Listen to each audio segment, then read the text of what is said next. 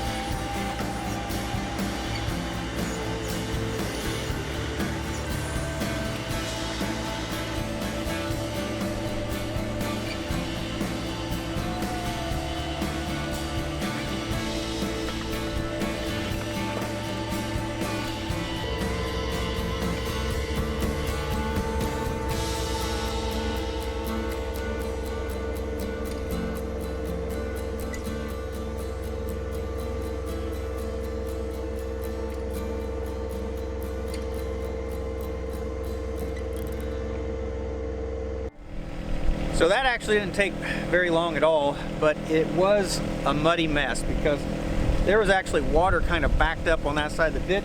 So as soon as you start digging, everything just started filling up with water. So you're just everything you're digging is just getting completely soaked with water. But you can see now that it's all dug, you can see the water is kind of flowing across there. So it should be slightly downhill and should be kind of the correct grade for the culvert. So before I go ahead and put this culvert in here, I am going to go get a couple bucket loads of gravel probably. I'm going to put a little bit of gravel down in the bottom of here just to kind of, because that's just so muddy underneath there, so kind of pack down the bottom just a little bit with some gravel. And then we'll put the culvert in there and we'll make sure, we'll put a level on it, we'll make sure it is going downhill. So in the past when I've installed culverts, I've had a little bit of problem with all that loose soil that you're trying to pack around the culvert.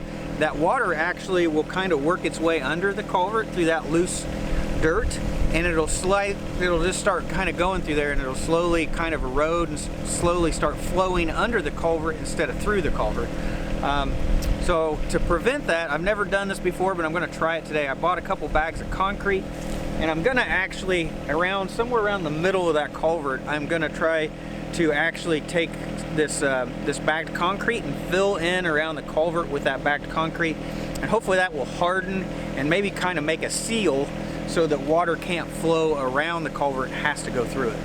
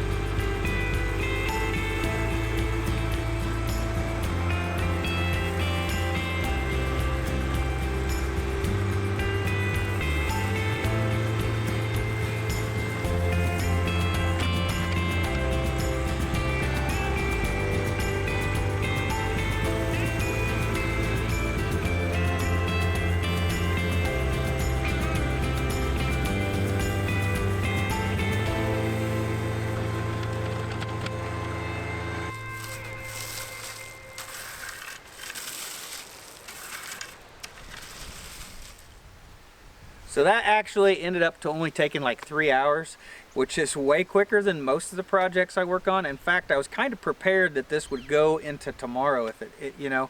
So this actually went better than I thought. Most of the time actually was spent hauling the gravel back and forth and the dirt back and forth. So it went fairly well. Not really too much to dig. I had about 4 feet that I needed to dig, and then I the entire area, that 4 feet out, and then I kind of just had to dress up the sides a little bit of the ditch just so that that culvert could fit down in there. So I did end up putting that dry concrete mix, and I kind of put that around the culvert, and that was just really at the bottom of the culvert. And the idea is that's gonna get moisture from the ground, that'll harden over time. I'm kind of hoping it's kind of filling in between all those corrugations in the pipe, and it'll make like kind of a nice seal along the bottom of the pipe. It may be a waste of time, I'm not for sure, but it was only like $10 for the 2 bags of concrete mix, so I don't think it was, I think it was a cheap thing to at least try. So this culvert, I got at a auction like a year and a half ago, so it's not a full-length culvert. It's a normal culvert would be probably 15 to 18 feet long.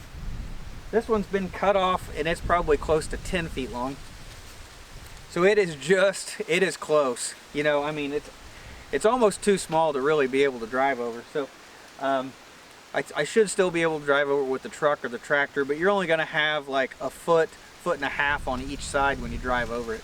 So it will be kind of a tight crossing, but it's better than what it used to be. So this is actually something that I wanted to do before I put in our pasture fencing. So I want some kind of a gate to enter, and I need that kind of situated where it's lined up with this culvert where you can cross over this ditch. So now that I have this culvert in, that's going to allow me to at least kind of plan out where I'm going to put all my fence posts and lay out the fence and the gate for this area.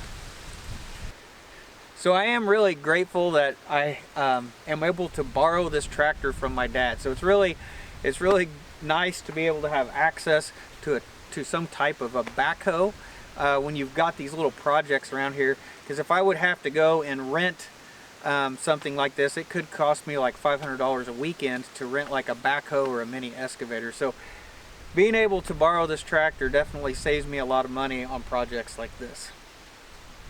Well, it looks like I need to probably clean this tractor up before I take it back to my dad so that it's all nice and clean. It's always best to try to return it in as good a condition as you borrowed it, right? So I'm gonna go clean this tractor up. I hope you guys have a great day, and I'll see you in the next video.